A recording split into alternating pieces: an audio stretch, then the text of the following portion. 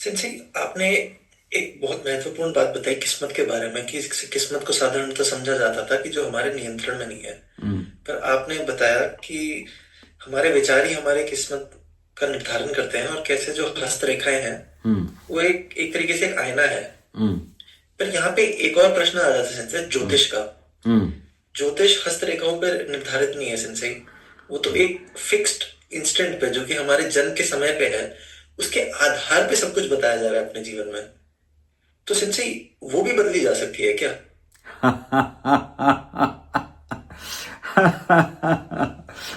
रोचक है। ज्योतिष दो प्रकार के होते हैं। एक है गणित और एक है फलित। गणित गणनाओं के आधार पर है।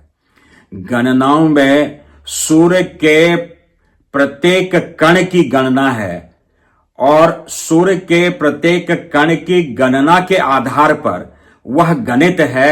अगर कोई ऐसा विशेषज्ञ है जो उन कणों को वास्तव में गिन सके तो ज्योतिष वहां पर सफल है। अगर ऐसा नहीं है तो वह असफल है। 50% तुक्केबाजी, 50% कुछ गणित। यह तो एक पक्ष है। दूसरा पक्ष है फलित। फलित का अर्थ होता है जो बोल दिया वो होगा, फल आएगा। फलित हमेशा गणित से भारी है, गणनाओं से भारी है। बाबा थे, हमारे बाबा, बाबा पूज्य बाबा श्री राधा रमन मिश्र जी। अल्पायु थी उनकी, 5 वर्ष में शरीर पूरा हो जाना था, गणना के आधार पर, गणित ज्योतिष के आधार पर। और बाबा के पिता ही स्वयं तांत्रिक थे। उन्होंने फलित के आधार पर अल्प काट दिया, गणनाओं को विफल कर दिया, प्रकृति के सिद्धांत को प्रकृति के ही नियम के अंतर्गत उसे ध्वस्त कर दिया। और बाबा डबल सेंचुरी की ओर बढ़ते चले गए, पूर्ण होकर के शरीर को अपनी इच्छा से समाधिस्थ होकर के शरीर त्यागा। गणित फलित के सामने विफल हो जाता है। लेकिन फिर समझते हैं कि गणित है क्या चीज। जो जन्म लेता है एक बच्चा, अब यह प्राण साधना का और गहरी साधना का विषय है, लेकिन चूंकि आपने इस विषय को छेड़ दिया है तो इस पे मैं हल्की चर्चा इस पे कर लेता हूं, ताकि इसकी संभावनाओं के प्रति आप सचेत हो जाएं और श्रोता इस बात को समझ लें कि कितना गहन विज्ञान है। जब एक बच्चा जन्म लेता है तो उसके शरीर में 33 मनके होते हैं। रीढ़ में, वर्टेब्रस में 33 प्रकार की ऊर्जाएं उसमें समाहित होती हैं। उसके स्पाइनल कॉर्ड में, उसके रीढ़ में वही 33 प्रकार की ऊर्जा, 33 कोटि अर्थात 33 प्रकार की ऊर्जाएं हैं जिन पे देवी देवताओं का निवास है, जिसे कोड में कहा गया 33 कोटि देवी देवता।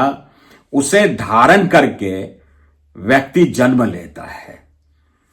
जो 6 चक्रों के इर्द गिर्द जहां से अक्षर की उत्पत्ति है, उसके 2 सिरे पर आरोहण और अवरोहण, उत्तर और दक्षिण, 2 सिरे पर राशियों का निर्माण है। वह वही स्थान है जहां अक्षर की उत्पत्ति होती है।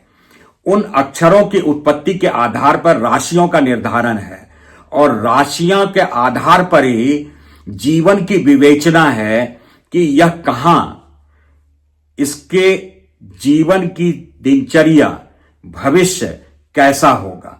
वह एक विज्ञान है, योग तंत्र विज्ञान है, उसका एक अंश मात्र है वो। क्यों? क्योंकि कालांतर में जो 33 वर्टेब्रस, 33 मनके जो अलग अलग होते हैं वो घट जाते हैं, अर्थात चिपक जाते हैं और एक हो जाते हैं, और वहां से जीवन का संघर्ष प्रारंभ हो जाता है। तो वह देवी देवताओं का निवास नहीं रह पाता। यह जो शरीर है, इसी का मूल्यांकन, इसमें लक्षण प्रकट होते हैं, अलग अलग शान होते हैं, जिस पर हमारे ऋषियों ने, प्राचीन वैज्ञानिकों ने काफी शोध किया और उस पर कुछ निष्कर्ष निकाले। कुछ निष्कर्ष के आधार पर उन्होंने कुछ निर्णय लिए, और वह निर्णय आसान निर्णय नहीं थे। वह लक्षण प्रकट होते हैं, उसी लक्षण को पुनः से प्रकट करते हैं हम साधना के माध्यम से। जो आप प्रत्यक्ष ब्रह्मचर्य साधना के परिणाम स्वरूप देखते हैं, या फिर प्राण साधना में प्रत्येक साधक अनुभव में ले रहा है, वह प्रमाण है उन सिद्धांतों के ऊपर जी रहे जीवन शैली और उसकी निरंतरता से उसका पोषण करने की विधि पर। अगर आप उसे छोड़ देंगे तो वह पोषित नहीं होगी, वह आपकी दिनचर्या से भिन्न हो जाएगी। फिर आप कहेंगे, अरे हमारी किस्मत ही खराब हो गई, क्योंकि आपके विचार बदल गए, विचार की दिशा बदल गई, दृष्टिकोण बदल गया। जो एंगल, जिस एंगल से आप देख रहे थे, वहां से वो परिवर्तित हो गया। जीवन को हमने सब चीज धन के तराजू पर तौलना चाहा वर्तमान युग में, और हम अपनी ही प्राकृतिक संपदाओं से लगातार दूर होते चले गए। बस इतना ही हुआ है। स्पष्ट है? जी सेंसेई। सेंसेई, आपने किस्मत के बारे में बताया, आपने ज्योतिष के बारे में भी बताया सेंसेई। अब मैं ये जो 3-4 सिद्धांत है सेंसेई, उनको मैं एक कसौटी पे बांधना चाहता हूँ और समझना चाहता हूँ सेंसेई। अगर एक व्यक्ति का जीवन देखा जाए सेंसेई, तो उसका जीवन उसके पिछले कर्मों के आधार पर, उसके विचारों पर है सेंसेई। कोई व्यक्ति अगर आध्यात्मिक आज है, तो वो शायद कई जन्मों से आध्यात्मिक रहा होगा। और मजेदार बात यह है सेंसेई कि वही चीज उसकी कुंडली में भी दिख जाती है। तो अर्थ ये रहा सेंसेई कि व्यक्ति के पुराने जन्म, व्यक्ति के पुराने कर्म, उसकी पुरानी स्मृतियां और उसके जन्म का समय, ये सब एक सूत्र में बन जाता है। और जैसे कि एक नृत्य चल रहा हो सेंसेई, जहां पे हर चीज एक ताल में है। और सेंसेई, प्रश्न ये आ जाता है कि आजकल कृत्रिम तरीके आ गए हैं सेंसेई, जन्म के, सिजेरियन हो गया, जहां पे मनुष्य निर्धारित कर सकता है जन्म का समय, क्योंकि एक ऑपरेशन के माध्यम से हो रहा है। तो अगर सिजेरियन हो जाए सेंसेई, ये ताल तो हट गया, परंतु फिर भी वो व्यक्ति वही गुणों को दिखाता है, वही आदतें लेके आगे चलता है। तो इन सारी चीजों को सेंसेई एक कसौटी पे कैसे बांधे और समझें? इसे समझने के लिए अगर एक ही कसौटी पे समझना है, तो साधना ही मार्ग है जिसे समझा जा सकेगा, जिसके माध्यम से समझा जा सकेगा। पहले ब्रह्मचर्य को साधिए, विज्ञान को समझिए, शरीर की संरचना को समझिए, शरीर के विज्ञान को समझिए। शरीर ही वह निवास स्थल है जीवन का, लाइफ कॉन्शियसनेस का। जिस दिन यह शरीर, यह निवास रहने लायक नहीं बचेगा, जीवन यहां से मुक्त होकर के, इसे त्याग करके, छोड़ करके चला जाएगा। हम शरीर पर ध्यान नहीं देते। शरीर को एक पक्ष केवल शरीर पर ध्यान देता है, समाज का दूसरा पक्ष शरीर पर बिल्कुल ही ध्यान नहीं देता, जबकि आवश्यकता दोनों पे ध्यान करने की है। यह शरीर जो है, जो जन्म लिया, चाहे प्राकृतिक तरीके से या अप्राकृतिक तरीके से, अगर गणनाओं के आधार पर व्यक्ति के चरित्र निरूपण को निकाला जाए, तो उसमें कई तत्व शामिल होते हैं, और कई तत्वों में आस पास की ऊर्जा महत्वपूर्ण हो जाती है। और इसीलिए जन्म का स्थान, उसका लॉन्गिट्यूड, लैटिट्यूड, पृथ्वी के किस स्थान पर हुआ है, सूर्य के कणों की उस समय अवस्था क्या है, उसके आधार पर यह समस्त गणनाएं हैं, जो सिद्धांत के तौर पर हमारे महापुरुषों ने दे दिया। लेकिन जो व्यक्ति उस विद्या का गहन अध्ययन करके उन्हीं मापदंडों के आधार पर गणनाएं कर रहा है, तो वह थोड़ा सटीक होगा। लेकिन जो गणनाओं के लिए बाह्य उपकरण पे आ गया, उसमें तुक्केबाजी, अनुमान लगाने का कार्य भी होगा और वह होता नहीं दिखेगा, वैसा होगा नहीं। लिखा होगा कुछ और आप मानेंगे कुछ। थोड़ा इसको और गहराई से समझते हैं।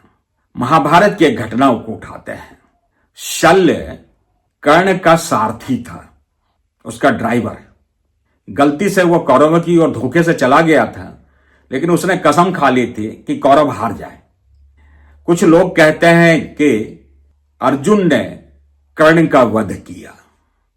कुछ मान्यताएं हैं कि भगवान कृष्ण कारण बने कर्ण की मृत्यु का। कुछ का मानना है कि परशुराम जी का श्राप कारण बना। लेकिन कर्ण का मृत्यु जो हुआ, उसका जो वध हुआ, उसके पीछे सबसे महत्वपूर्ण भूमिका थी उसके खुद के सारथी की, ड्राइवर की, शल्य। शल्य करता क्या था? प्रतिदिन उसका एक ही काम था, तुम गधे हो, तुम उल्लू हो, ऐ सूतपुत्र, तो ऐसा कुछ नहीं होगा, तुम निकम्मे हो। ऐसी स्मृतियां बोल बोलकर उसे भ्रष्ट करता चला गया, उसकी स्मृतियों को कंफ्यूज करता चला गया और वैसे हालात उत्पन्न हो गए जहां पे परशुराम जी का श्राप सिद्ध हो गया। कर्ण भूल गया। ज्योतिष गणनाओं के आधार पर अगर कुछ अच्छा भी लिख दिया गया तो आदमी वह मानता है, बार बार मानता है और ठीक उसी तरह वह निरंतर संकल्प उसके होते रहते कि अच्छा मेरी कुंडली में ये लिखा है, मेरी कुंडली में ये लिखा है, मेरी कुंडली में ये लिखा है। और उस विचार संप्रेषण से ही वह वैसा होने लग जाएगा। मैंने प्रयोग करके देखे हैं। अच्छी कुंडली को आप गलत बोल दीजिए, लोग ऐसा विचार करने लग जाते और वैसा चीज होने लग जाता है। धर्म का क्षेत्र तो प्रयोगशाला का क्षेत्र है, वीरता का क्षेत्र है। निरंतर प्रयोग से ही निष्कर्ष हाथ आते हैं। और अगर उसे गलत चीज बता दिया जाए और व्यक्ति उसी चीज को मानने लग जाए तो वही चीज उसके लिए सिद्ध साबित हो जाएगा। ऐसे हमने अनेक प्रयोग होते देखे हैं। इसीलिए एक कर्मठ व्यक्ति को अपने परिश्रम पर सर्वाधिक भरोसा करना चाहिए और निरंतर अपने विचार पर उसे शोध करते रहना चाहिए, अपनी वृत्तियों पर उसे अनुसंधान करते रहना चाहिए। बस इतना सरल है ये, और साधना यही तो करवाता है।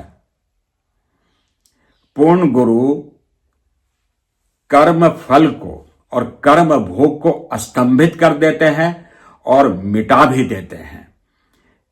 अति विशिष्ट परिस्थिति में जहां जीवन समाप्त होने वाला है, शरीर का त्याग होने वाला है, वहां पर तो वह स्मृतियों को पूर्णतया रूपांतरित कर देते हैं, बदल देते हैं, उसके प्राण को नष्ट कर देते हैं, स्मृति के अंदर निहित प्राण को नष्ट कर देते हैं।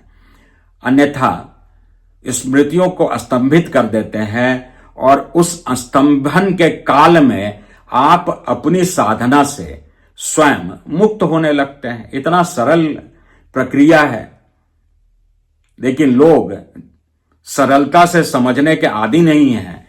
उन्हें जटिलता ही पसंद है, तो हर विषय को वो जटिल बनाते चलते हैं। इससे हमें बचना चाहिए।